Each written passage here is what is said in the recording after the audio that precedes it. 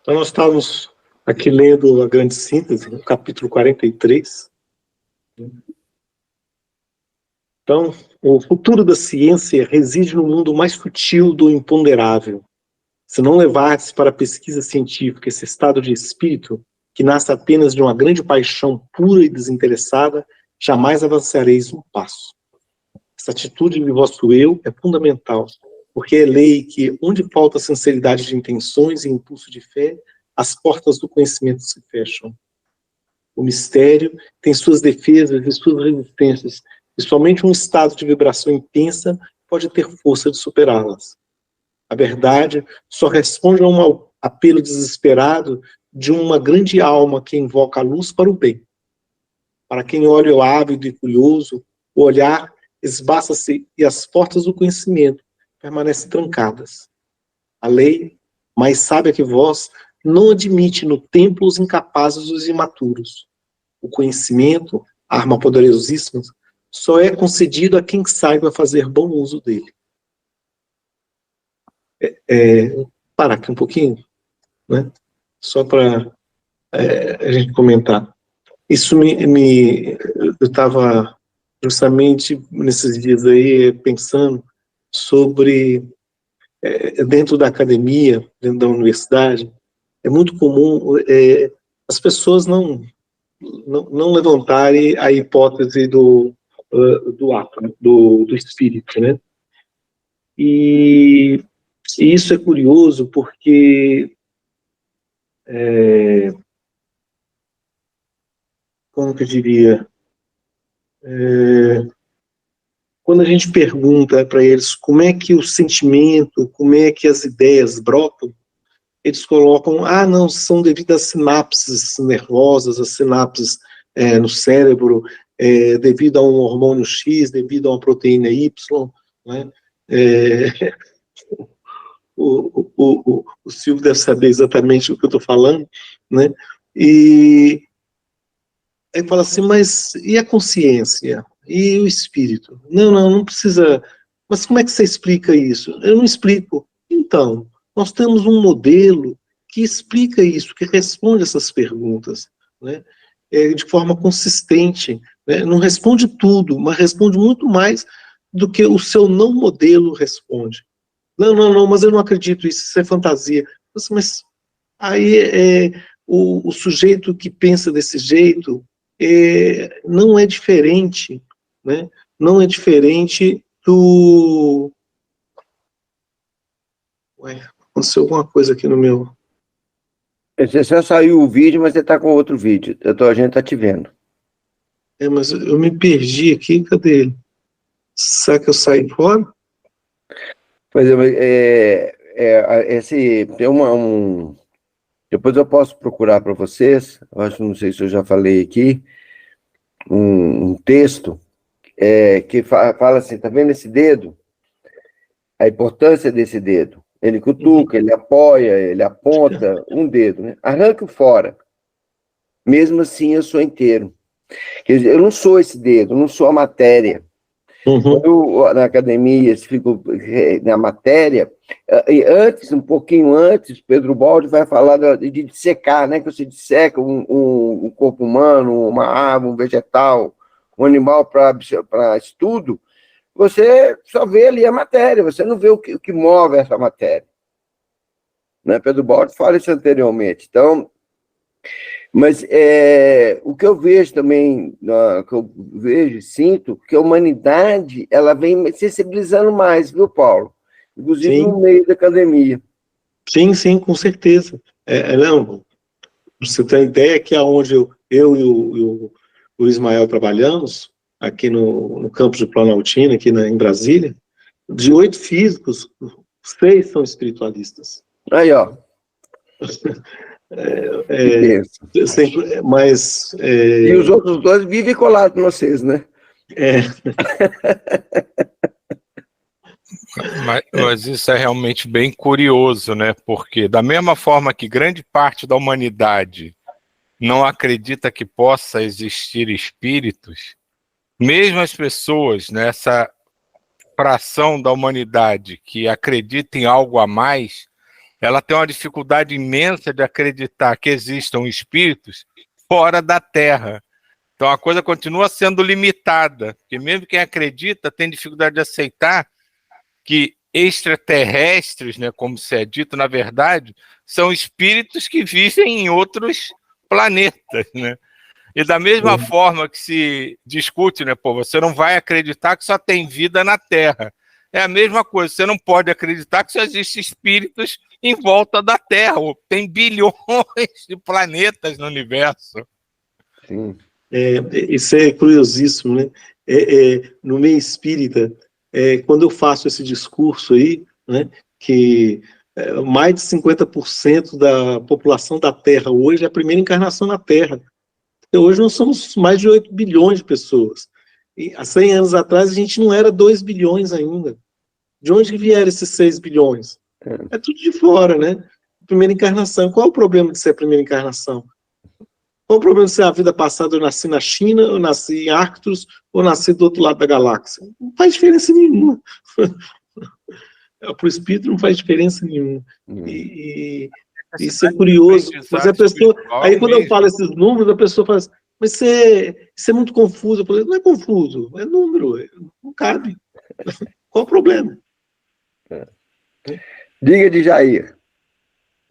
Eu só queria acrescentar por que a ciência agora está se aproximando da religião.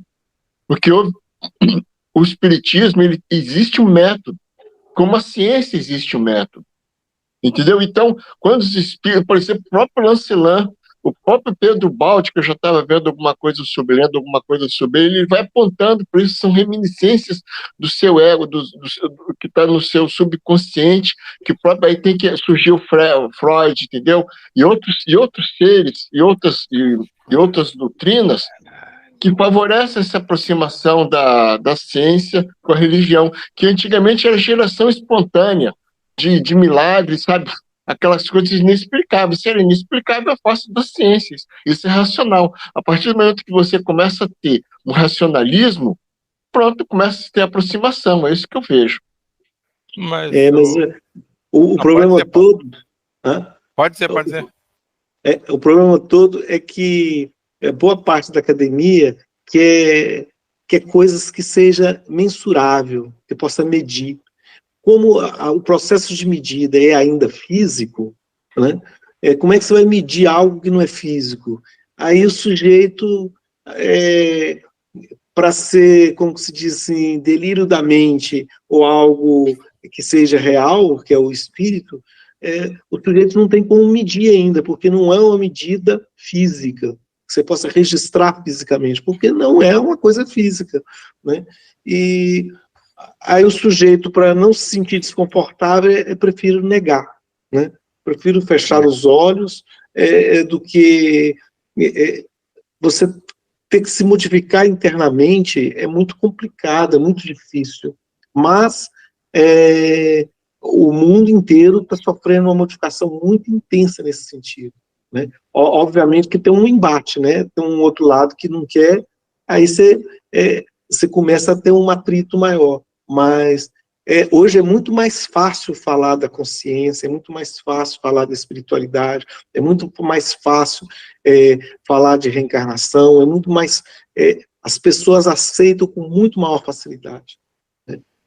Há uns 30, 40 anos atrás, você não podia nem falar, você tinha que falar isso, como se diz, escondido, né? Liga.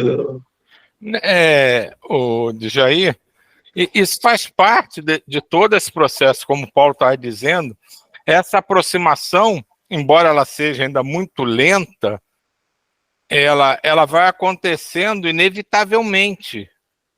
As coisas vão sendo descobertas, as curiosidades vão sendo aguçadas, e essa aproximação começa até no início por curiosidade mesmo, de saber, mas por que o cara fala isso? De onde é que ele tirou essa ideia? E essa aproximação começa assim.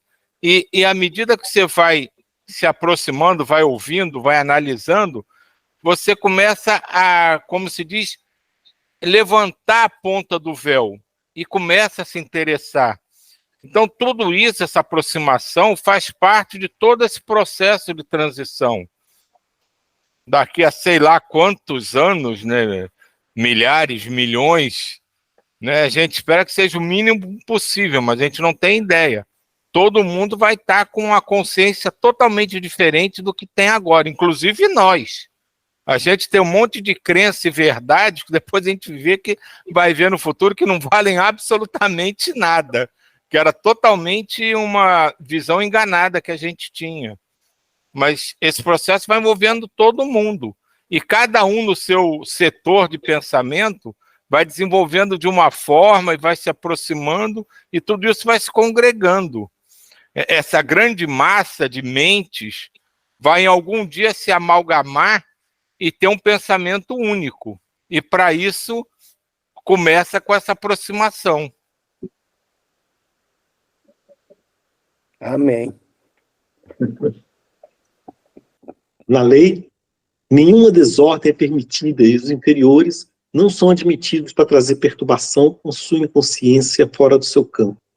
É lei, pois, cada progresso seja merecido e cada conquista corresponda a um valor substancial. A verdadeira ciência não consiste em um fato exterior, repartido com todos, acessível a todas as inteligências, mas é a última fase de uma íntima e profunda maturação do ser. O que ele quis dizer com isso aqui? Espera aí. É uma evolução, né? É par e passo, né? Ou seja,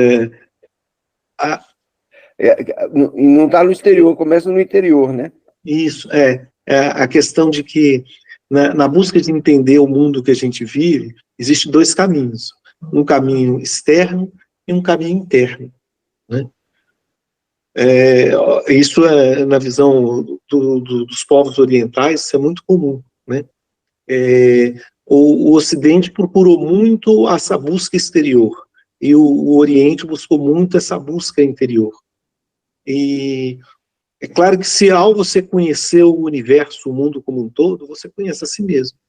E se você conhecer a si mesmo, você acaba conhecendo o universo como um todo. Qual é o caminho mais apropriado? O Baldi, ou sua avó, está dizendo aqui que é essa busca interior. Essa busca exterior é só um início, né? Como o universo é muito grande, né, beirando o infinito, é mais fácil você se conhecer a si mesmo. E trabalhando no bem, né? Claro. Diga de Jair. Aqui, na lei, nenhuma desordem é permitida. O que é isso? A geração espontânea, não é permitida essa geração espontânea. E os inferiores não são admitidos. Pronto, essas pessoas aí, por isso que está tendo essa aproximação. Ele foi bem específico aqui, nesse parágrafo, nesse trecho. Ela é uma forma de que a própria lei, me lembra que uma vez, eu não lembro qual livro que eu li, que as trevas queriam aprender como fazer o processo de reencarnação, né? Eles querem porque querem adquirir a habilidade de como fazer alguém nascer, né? E eles não têm, falta o ingrediente que eles não possuem. E no livro, eu não lembro mais qual livro, faz muito tempo, o espírito que está dizendo para você, o ingrediente que falta é justamente o amor, né? E quando eles tiverem o amor, já não vai estar mais voltada para as trevas, para o mal, né? Então, ou seja, a lei da natureza é tão perfeita, né, da natureza espiritual é tão perfeita, que quando o sujeito, ou quando aquelas entidades espirituais tiver a habilidade necessária, né, ela só quer o bem, porque a partir do momento que ela quer a desordem, ela não tem o ingrediente necessário, né? É isso que o Jair colocou aí, né?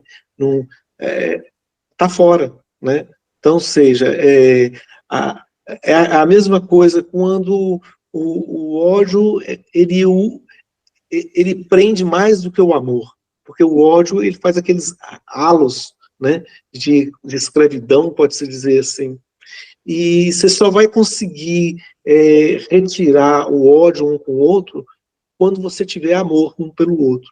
E quando você tem amor, esse elo desprende, e aí você está livre. Você pode até ficar junto, pode se separar, não importa.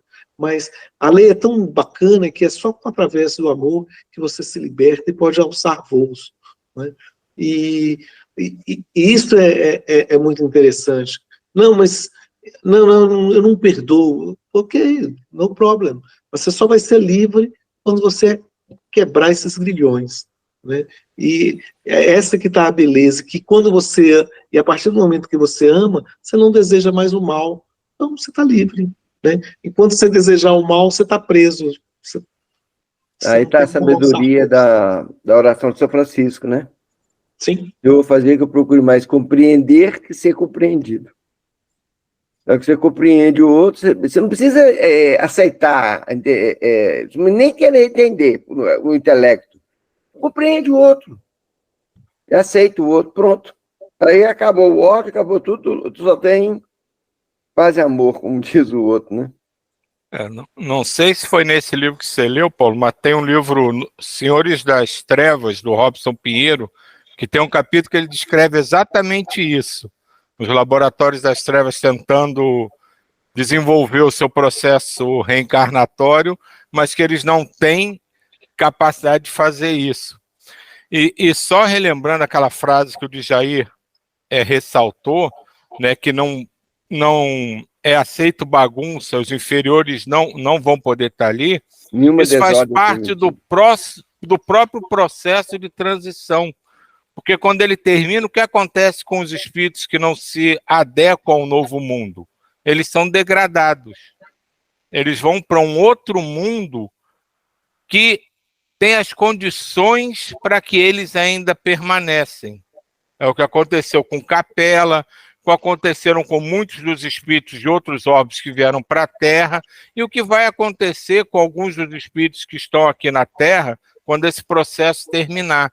Eles não vão conseguir se adequar às novas, digamos, regras da Terra, e eles vão ser levados para outros mundos, que são compatíveis com a forma deles pensarem, de viverem, de sentirem, para continuarem a sua evolução. isso mesmo. Na conquista do conhecimento, como em todas as maturações biológicas, não há atalhos possíveis, mas é indispensável desenvolver toda a trajetória do fenômeno.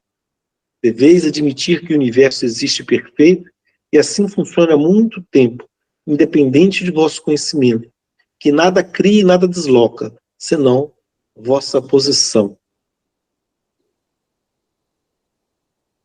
Estou tentando entender o que ele falou aí. Deveis admitir? Porque eu entendi que Muito tempo. o universo tem a lei Sim. dele. Sim. Né? A gente se desloca para a evolução ou não, né? Isso, o deslocamento aí nem em termos de espaço-tempo, não. Não, é evolução, né? É isso que eu queria, era essa parte aí. É justamente isso mesmo, foi o que eu entendi também, né? O deslocar no espaço-tempo, isso é óbvio, né? Mas o que está chamando a atenção é a posição de entendimento, de como que a gente olha para o próprio universo. Como A dizia falta de compreensão, né, que a gente tem, né? O Carl Sagan, que é aquele astrônomo que escreveu a série Cosmos, na década de 80, né? Ele dizia que nós somos a matéria que a gente é formado são resultado da explosão de estrelas, né? Então, e nós fazemos parte do cosmos, do universo, né? E cosmos quer dizer justamente o contrário de caos, né? Que é a ordem, né? Então ele dizia que nós somos a própria consciência do universo querendo entender a si mesmo, né? É mais ou menos assim que o Carl Sagan dizia. E, como se dizia, um sujeito extremamente espiritualista, que se dizia religioso, não contra as religiões, mas não professava nenhuma religião, mas era um sujeito que, quando você vê toda a obra dele, o tempo todo ele fala sobre a questão de ir além do mundo físico, né? Assim, é fantástico a visão que o Carl Sagan, o trabalho que ele fez. Fala, Diga, Jair. Pegando aquele gancho que o Paulo acabou de falar, daqueles espíritos que queriam criar seres, né, reencarnar os seres, ele é bem específico aqui, ó. Na conquista do conhecimento, então, para você fazer isso, você tem que ter um conhecimento, correto? Não há atalhos. Ou seja, ele queria pular uma fase. Como o Paulo acabou de falar, para ele ter esse conhecimento, ele teria que ter amor. Como ele estava no ódio ainda, ele não podia evoluir. Então, ele tem que ter, como ele fala aqui, tem que desenvolver uma trajetória. Deixa eu ver a coisa aqui. Eu me perdi aqui. Não há atalhos possíveis, mas é indispensável desenvolver toda uma trajetória. Entendeu? Isso é bem específico aí daquilo que o Paulo falou há pouco tempo atrás. É só isso. É isso mesmo. É bacana isso, né? Muito, muito interessante. De outra parte, não haveis certamente de presumir que o presente de vossa ciência contenha todo o saber possível. Claro, né? Nós estamos longe ainda de entender a natureza. A experiência do passado vos ensina que tudo pode mudar, dos pés à cabeça, com resultados imprevisíveis a cada momento. De fato, a ciência de hoje é completamente diferente da ciência de 150 anos atrás. Na época de 1850, a época de Kardec, a época do Zamenhof, a ciência mudou completamente, né? Mudou drasticamente. Sabeis por experiência... Só um minutinho, para você ver como é que foi tão radical que naquela época de Kardec eles nem sabiam as funções da eletricidade. Olha só, a eletricidade é uma energia básica para todo o desenvolvimento que a gente tem, de toda uma tecnologia que partiu dela. E esse conhecimento eles não tinham. Sabia que tinha eletricidade, mas não sabia quais eram os... Como a gente está com a inteligência artificial hoje em dia, entendeu? A gente não tem nem a concepção do alcance total dela, é isso só. Kardec escreveu os livros dele em 1854, 50. As ideias do Maxwell, da teoria eletromagnética, foi em 1856, na mesma época.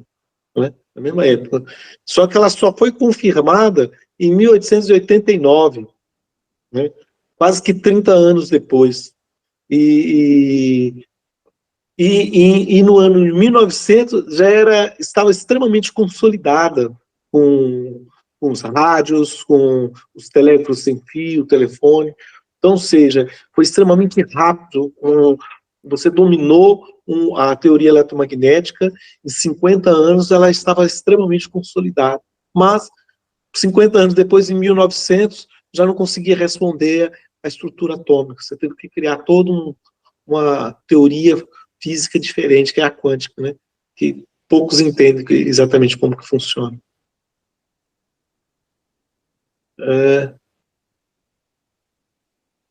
Aqui. Não é lógico e concetâneo com vossas teorias materialistas, evolucionistas, que a natureza, chegando a uma nova maturação, toda entendida para o futuro como tentáculo para o porvir, em antecipação às formas evolutivas que esperam em embrião, lança um tipo de homem novo, que possa conceber tudo diferentemente? Não é logicamente possível que, dessa forma, toda a técnica mental humana possa mudar, tornando normal o que hoje é exceção. Isso é a intuição do gênio, a inspiração do artista, a super-humanidade do santo? As fases evolutivas próximas de vós tocam, depois da fase orgânica, a fase psíquica. Que é justamente essa questão, né? A maturação, a evolução, essa parte psíquica é fundamental.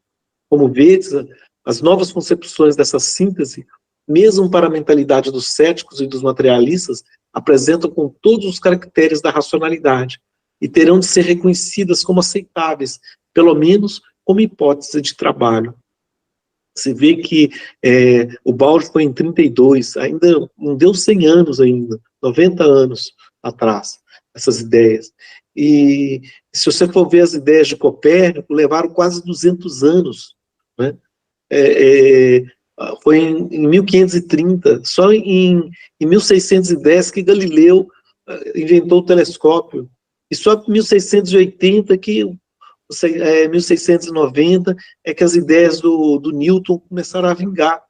ou seja, quase 150 anos depois, né? Que você vai tendo maturação para conceber essas novas ideias. Então, aí a gente vai assim, as ideias do Ubaldi de 90 anos atrás, você, mas está demorando. Que demorando? Todo o conhecimento humano, ela sempre leva esse tempo, 2, 3 gerações para acostumar com as ideias e maturar essas ideias. Estou rindo aqui do Silvio. A gente tem pressa, né, Silvio? E como é que tem pressa se não tem? Porque o fruto tem que ter seu tempo de maturação, né? E lembrei agora da Janine também, na semana passada, que falou que a semente contém a árvore. Mas não é só jogar a semente no solo e a árvore vai dar o fruto, né? Vai crescer a árvore e dar o fruto. Tem o seu tempo de maturação. A gente quer pressa, a gente tem uma sede louca de aprender, mas tem o tempo da maturação. Uma vez eu lia muito outros tipos de literatura, né? Porque esse caminho é novo para mim também. E uma vez eu parei de ler tudo, tudo. Falei assim, eu tenho que ter tempo para ruminar, senão você fica vago. No direito fala letra morta. E o Ubaldi agora puxa a nossa compreensão disso, né? Então, isso a gente tem que dar tempo ao tempo, né? Para a gente maturar também, mas só que já deu tempo, né? Então nós estamos nesse processo agora, a gente acredita, né? Que a humanidade está se transformando. Só que aí a gente fala assim, poxa, vai ser ano que vem? Não, nós temos milhares de anos como espírito, então, se ano que vem ou se daqui a 100 anos, o espírito não faz muita diferença, não. Mas nós somos uma geração de grandes transformações.